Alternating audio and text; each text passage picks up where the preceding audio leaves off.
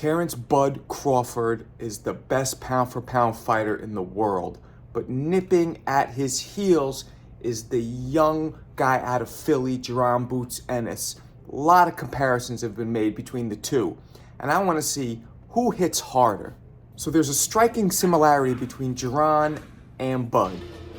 Right off the bat, biggest one is that they're both switch hitters. They both switch from conventional to southpaw at the drop of a dime at any given moment in the ring, and they both do it effectively. You don't see a weaker switch in either of them. They both fight from conventional and from southpaw equally as effectively and as strongly. Jaron, as you see here, first thing that comes to mind when you look at Jaron is that he throws wider shots. His shots are a little more looping and more like a whip, right? And he turns all of his body weight into those shots, all of them, all his leverage, every ounce of leverage, and he whips it really hard. Now, he puts so much leverage to where you could see here that he's actually lifting his one back foot off the ground because all of his weight's going to his front foot, and he's just delivering every ounce of weight in each punch. That's pretty rare, and there's a lot of power when you're able to lift your foot off the ground. Jaron also has very impressive speed, and Jaron doesn't seem to make a difference from southpaw or from conventional how he's punching. Jaron's punches are very fluid and they're very crisp. But something surprising, as we keep looking here at his footage, we see that Jaron can also throw short, crisp, tight shots. Here you see him on the back throwing really short, crisp punches, not looping them, and not really overcommitting with his leverage and getting his foot off the ground here, but just keeping everything real tight and crisp and still seeming to get a lot of good energy and thump behind those punches. Terence "Bud" Crawford, just like Boots, throws very hard, and here you see, but the main difference with Bud is that Bud throws shorter, tighter, crisper shots. You very rarely see Bud swinging wide and doing the whip punch. Now, not to say there's anything wrong with the whip punch. Brian Garcia is a great example of somebody who whips that punch. And of course, that goes against my theory of going from point A to point B in the shortest distance. So instead of going from point A to point B instead of a straight line, it's going kind of around. So obviously physics, that's going to make the punch just take a little longer and not be as fast. But it's still very, very effective. And Ryan Garcia is a great example of super fast, but with a whip. Terence "Bud" Crawford doesn't whip it. He goes from here to here, boom. He does one of these things as opposed to one of these things.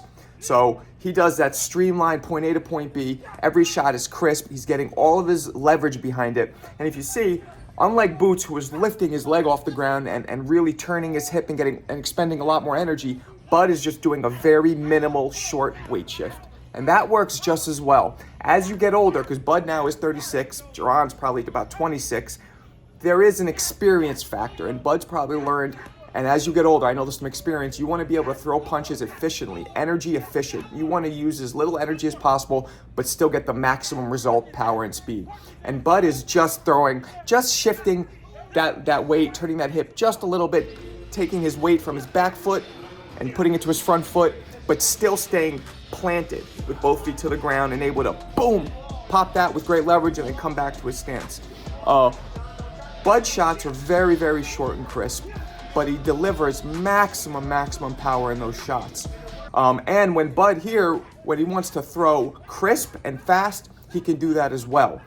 Bud is just like Jaron, though. You don't see any difference when he switches from southpaw to conventional.